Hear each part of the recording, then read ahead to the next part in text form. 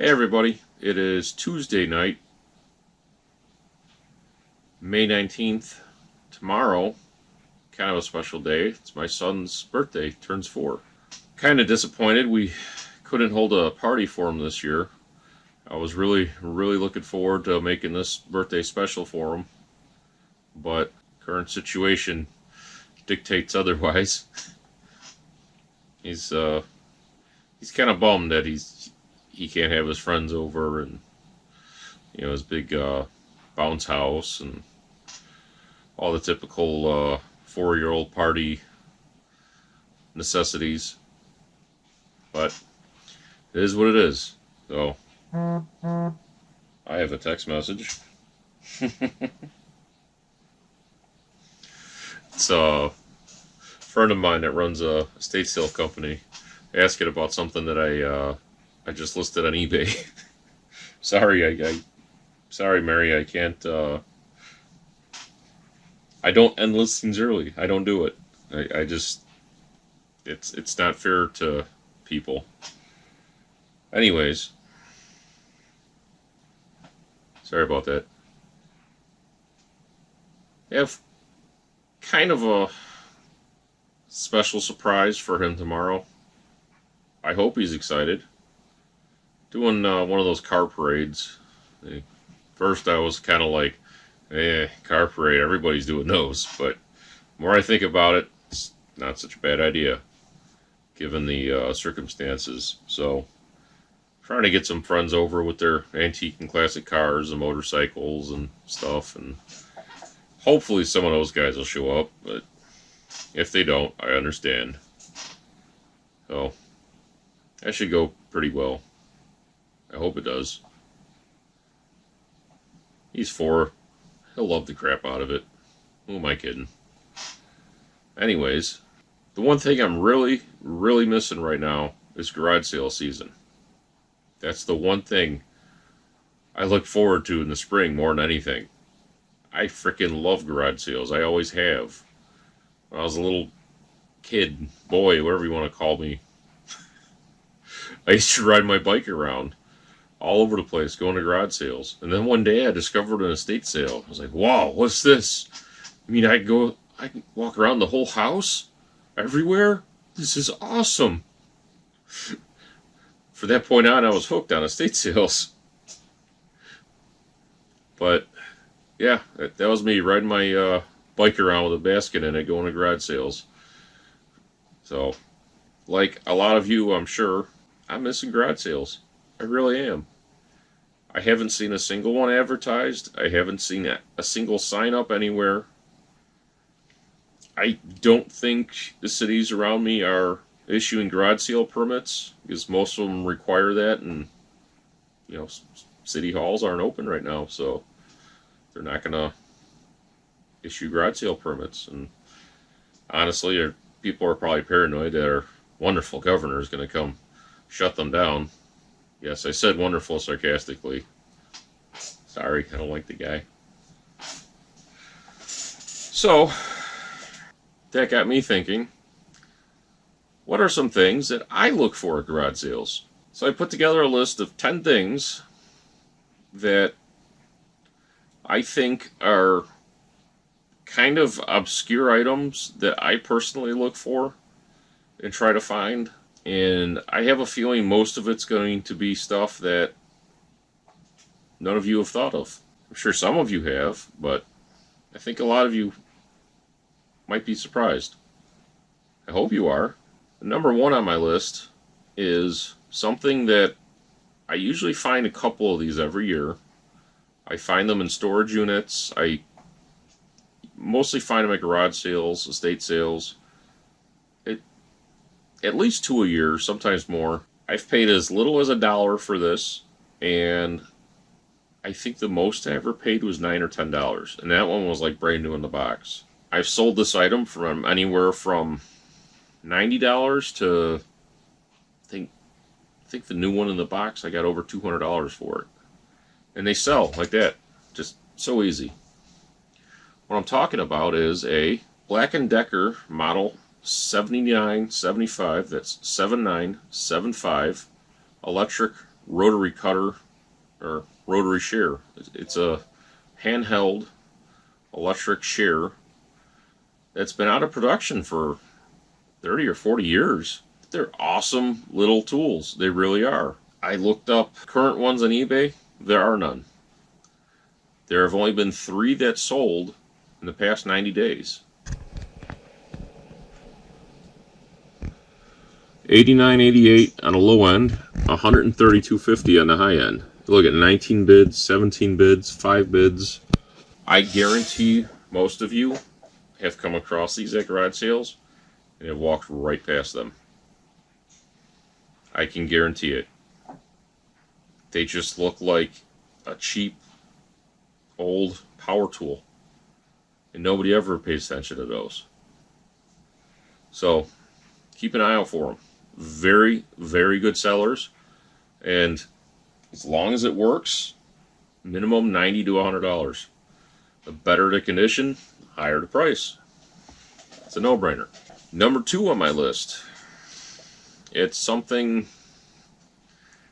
I think some of you probably do look for, but I think a lot of you might not give it a second look, is refrigerant. Now, it's kind of a gray area on eBay. You can sell it. You can sell it legally. However, you must put a disclaimer in your listing that the buyer has to be EPA certified to purchase it. You don't need to be EPA certified to sell it, but the buyer has to show proof of their certification. Now, I haven't had a single buyer yet show me that proof, but between you and me, but you have to put that disclaimer in your listing. Just look at other closed, completed listings and look for disclaimer and copy and paste it. It's no big deal. If you see cans of 134A, just don't even bother. That stuff is readily available, easy to find. A couple good ones would be R22, the household refrigerant. And those, I believe, are around $500 or $600 for a 30-pound can right now. I think you could find them in 15-pound canisters. Every year I find a couple full 30-pound sealed cans at garage sales, and I don't think I pay more than $75, $100 for them. So that's a really, really good profit margin. As far as automotive refrigerants go, R12 is the one you want to look for. It goes by a lot of different names, different manufacturers, but just look for 12 on the can. That's the key, is 12. I usually get, for the little like 12 or 14 ounce cans of R12, I usually get $25 to $35 each for them, depending on the brand. So, and I always find those at garage sales throughout the year, $1 or $2 a can. People don't think twice about them. Sometimes I find them for 50 cents a can. It's awesome. But again, as long as you're putting that disclaimer in your listing, you shouldn't have any issue selling it on there. Number 3, see, I have a theme going here. You're going to notice it. What do I know the best? What do I know more about than anything else is guy stuff, tools, automotive, etc., etc. I'm trying not to give you the no-brainer stuff that everybody looks for, Blank Media, Vintage Audio, Hot Wheels, and we know that. We all know about those. I'm trying to give you a few of my secrets, the stuff that I know. Number 3, vintage car dealership license plate frames. This goes especially for those of you living on the West Coast. The vintage California dealership license plate frames sell for crazy money on eBay. Look them up. The more foreign the brand, the higher the price. If you have a pair of Auto Zipper Porsche dealer license plate frames from California, those could be $300 a pair. And I guarantee you, you probably won't pay more than $1 or $2 each for them at a garage sale. I know I never have. It's mostly the dealerships from the West Coast that go for decent money, but some other dealers do also. Like, if you have one from a well-known dealer in the Midwest that sold performance cars, like Grand Spalding Dodge or Nicky Chevrolet, or anywhere else, anything that has a memorable name, or if you have a Heinrich muscle car that was bought primarily out of a certain dealership, but all of them in general go for decent money. So, you're talking anywhere from like $20 each from the low end to several $100s on the high end. Some of them go for over $1,000 each. So, keep an eye out on those. They're easy to spot. They're, they just border the outline of the license plate frame. They usually have a name going across the top and bottom of the dealership and where they're from, and they're usually cast aluminum. So, and even in rough condition, they sell. So, keep an eye out for them. And with that in mind, go on to number 4. Again, for those of you on the West Coast, but this goes for the whole country, California license plates. The old black plates, the old blue plates. Very, very good sellers on eBay. Especially if they're DMV clear. Like, as in, they're not currently being used by anybody in the state. A nice pair of DMV clear California black plates, $200, $300, $400, $500. The blue plates maybe 20% less, but get the idea. And how often do you spend more than $1 or $2 for old license plates at a garage sale? Not very often. Some of the really obscure early license plates for all states are also worth stupid money. Numerically low number plates can go for crazy money as well. Just, your free time, look up vintage license plates on eBay and start highest price first and go down and just search, explore, research.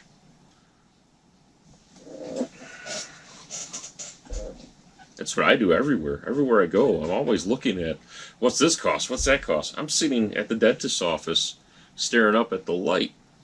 I see the name on the light. I search it. I see what it costs. It's all knowledge. Okay. Number 5. This one's kind of a no-brainer. To maybe half of you. Tools. Snap-on, Mac, Matco, SK, Cornwell. Those are all good brands to find. Snap-on's at the top of the list, of course. Mac and Matco are right below it, along with Cornwell, SK. Buy them cheap. They're worth putting in lots. They're worth selling in sets. They're worth picking up. A couple other brands would be like Proto or Williams. They're more used in the industrial world, but they're both very good tools that are sought after. So, keep an eye out for all those. A single socket could be $30, $40. A single wrench could be over $100. So on to number 6. To keep up with the tool theme, it's tool kits. See, a lot of foreign vehicles, whether it be motorcycles or cars, came with tool kits. Some of them still do to this day. Honda motorcycles, Kawasaki motorcycles, Suzuki motorcycles, they all had tool kits. They all had tools with their name on them. Again, browse eBay. Completed listings, highest price first. Type in Honda toolkit, Suzuki toolkit, Kawasaki toolkit. Familiarize yourself with what they look like, what they sell for. You might be surprised. Look up Ferrari toolkits, Rolls-Royce toolkits. You're talking tens of thousands of dollars for a set of wrenches in a leather pouch. This big, fits in your hand. How many of you are trying to think back right now? Wait a minute. I saw something like that at a garage sale once for $10. Or yeah, it does happen. I'm sure a lot of you go into these nicer neighborhoods, these nice older neighborhoods, and don't discredit the stuff in the garage. Just don't. And number 7 is another tool. It's a little bit larger. Oh, it's about this big. This is something I do come across 1 or 2 every year. And honestly, I don't pay more than $25, $50 for them. It's a Beverly throatless shear. It's a metal shear for cutting sheet metal. They still make them today. They've made a similar model actually for the past like 60 or 70 years. They changed very little. I'm looking on eBay right now. Highest price first, $749.50, $775, $749.99, $750, $715, $600, $609. I'll show you. I guarantee some of you have walked right past these. They are small enough to be able to be shipped relatively easily. They're kind of heavy, like, I think the smallest one's like 30 pounds, but it's not heavy enough that it's not manageable. $25, $50 for something that's going to sell for $600, $700. I guarantee you will come across these. Just have to look for them. And number 8, kitchen tools. Always pick up knife sets, scissors, etc. The brand I look for is Cutco. Vintage Cutco sells very well. Look up Cutco scissors. Yeah, just regular old scissors. Cutco scissors sell very well. $325, $243, $149. And it goes on and on and on and on, just for scissors. Cutco knife set, $1,300, 7 something. I don't know what it sold for. $749.99. Very easy sellers, and you do come across them. And the handles on the Cutcos are very easy to spot. They're kind of contoured. Just look on eBay, look at them. You'll understand. They're real easy to pick out. Number 9, owner's manuals, service manuals, shop manuals. It doesn't matter what they're for. It could be for a car, truck, motorcycle, snowblower, lawnmower, VCR, receiver, sewing machine, anything. Nobody ever saved them. They look through them the one time when they're setting up their new whatever, throw them in the garbage. Now, 20 years later, somebody buys said product. They want to familiarize themselves with how it works, or they want that owner's manual. Typical owner's manual, usually $10, free shipping. You can ship them, media mail, cheap. But I've had manuals that have sold for hundreds of dollars, talking $300, $400, $500, $600. On manuals you'll pick up at a garage sale for $1, $2, 50 cents, a quarter. It happens a lot. I have a lot of manuals I haven't listed yet. Keep an eye out for them. They're well worth picking up, and they don't take up a lot of room. They're easy to ship. I go on and on why you should be picking these things up. But you get it, I hope. Number 10. This is it. This is the final one I'm giving you right now. We all know about vintage items. There's a lot of vintage items they're not worth a lot. So you might not give them a second look. But look for vintage, new old stock items especially. Anything sealed, anything that's never used, never opened. That increases the value dramatically. Take a common, ordinary item that you find all the time. Find them in every Goodwill, Salvation Army, who knows. It just reminds me, Every single Salvation Army and Goodwill has a pair of thruster speakers in it. I guarantee you, there's a pair of thruster speakers in your Goodwill. They're not worth crap. Can't give them away. But let's say you find a pair of thruster speakers, brand new in the original boxes, never used, never touched. The value might go from $10 to $100, just like that. Because people out there do collect things that are brand new in the boxes.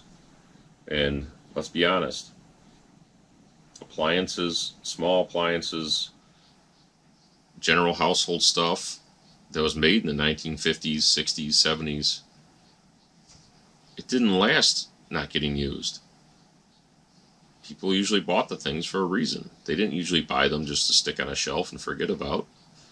So, keep an eye out for that kind of stuff. Just because it might be worth X amount of dollars used, and you can't find any comps for new in box,